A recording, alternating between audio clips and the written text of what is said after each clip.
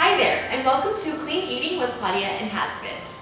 Today I am going to show you a simple and easy way to make homemade granola. We want you to leave those store-bought, sugar-packed granolas at the store and on those shelves.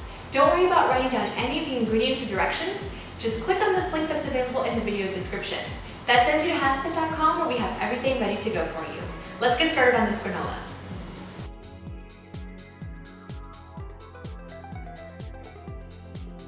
Okay, so let's get started on our granola. Just to let you know, I did preheat my oven right now to 200 degrees because we're gonna cook this low and slow. So we're starting off with 1 cup of rolled oats. Be sure that you use the rolled oats and not the quick cooked oats. Okay, so first we're going to move on to 1/4 cup of raw pumpkin seed.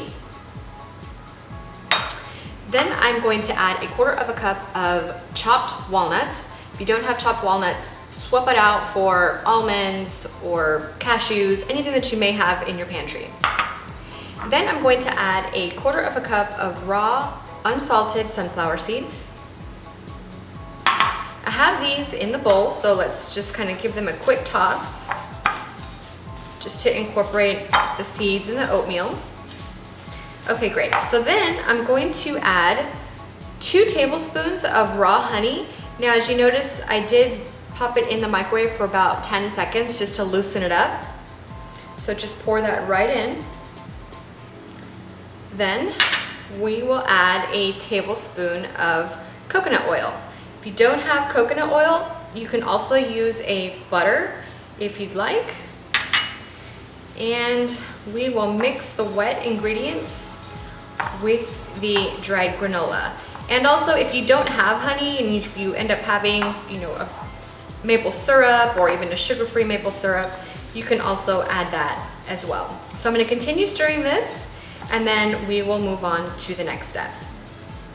So I've mixed my granola together until I made sure that everything is well coated with the thin sheet of the liquid that we put into it.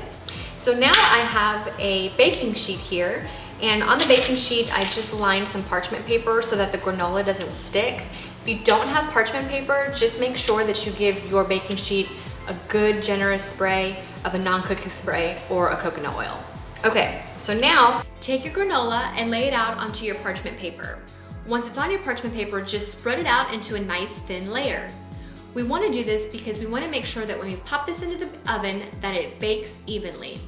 I'm going to bake this for 45 to 50 minutes, and halfway through, I'm going to toss the granola and continue baking. Okay, so I've taken my granola out of the oven and I did let it set and cool for about 10 minutes. Once it's cooled, now it's a good time to add any dried fruit that you'd like. I'm going to use a mixture of cacao nib and goji berries, but you can use dried raisins or dried cranberries if you'd like. So I'm just going to pour that right on top, and I'm just going to mix it with my granola. And it will also begin to crisp up and get crunchy, which is another good reason to let it set out. Once you're done adding your dried fruit, you can just store this in an airtight container. Store-bought granolas are full of preservatives and extra sugar that your body just doesn't need. This recipe is a great way for you to control what goes inside of your granola.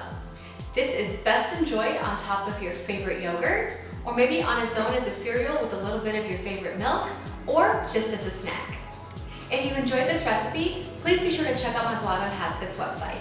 There you'll find additional recipes.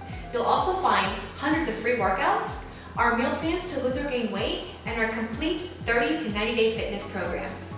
Do me a favor and subscribe to our YouTube channel, follow us on Twitter, and like us on Facebook for the best daily motivation. This has been Clean Eating with Claudia and HASfit, and remember to eat clean and train dirty.